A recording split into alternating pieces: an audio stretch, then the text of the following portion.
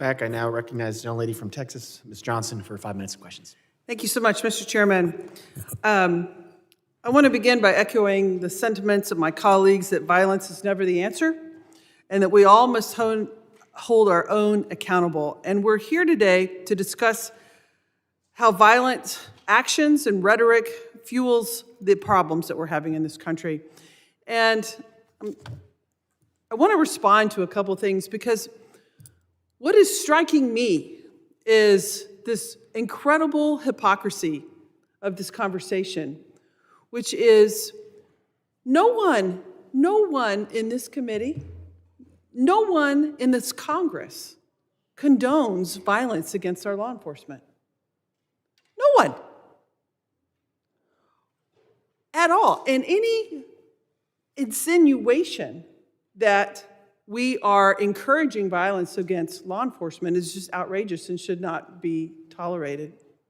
But I think what we're also seeing here is a silence of people who are refusing to criticize ICE agents in particular, who are going outside of their authority and abusing their power in a violent way against American citizens.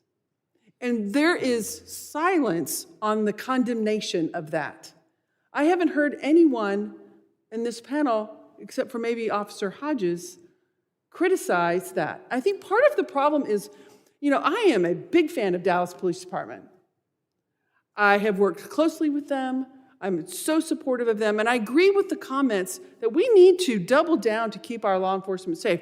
It is outrageous to me, this indignation that we're having by Republicans who have voted to consistently defund efforts that keep officers safe, as many of my colleagues have pointed out. And the addressing gun violence, for example. More officers are killed in gun violence and mass shootings that have nothing to do with a predisposition against ICE. But yet we're not talking about that. But that is a direct threat to the safety of law enforcement. And what we see here, though, is we have bad cops and we have bad ICE agents. And right now, the American public has a laser focus on some of these ICE agents who are exercising their authority and their power in a very abusive and uncontrolled way. I was going to offer a video today of a gentleman who is an American citizen who's 79 years old, whose business was targeted in a raid, and he was trying to show the valid papers of his employees. Instead, he was tackled and ramshackled to the ground in a very violent way, fracturing his ribs, giving him a brain injury, as an American citizen who did not one thing wrong. And I think what we're really missing here in this conversation is that ICE agents are frequently acting with a lack of probable cause. To the point of, I think, one of the conversations that you said, Mr. Hodges, is that when you erode the rule of law, you erode the confidence in law enforcement.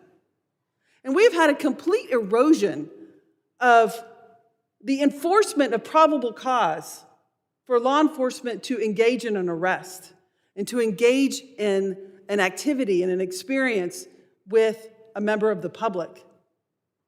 And that is a problem.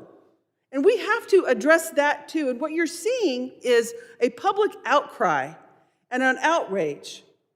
And maybe Gestapo's not the right word, maybe Nazi's not the right word, but you have to acknowledge that there is a pulse of the American people right now that are scared and they're terrified because we have members of our law enforcement community who are there to protect, serve and protect, who are instead harassing and intimidating, and they're not being reined in by their own agency. And that has to be part of this discussion. And because until then, it's all of it.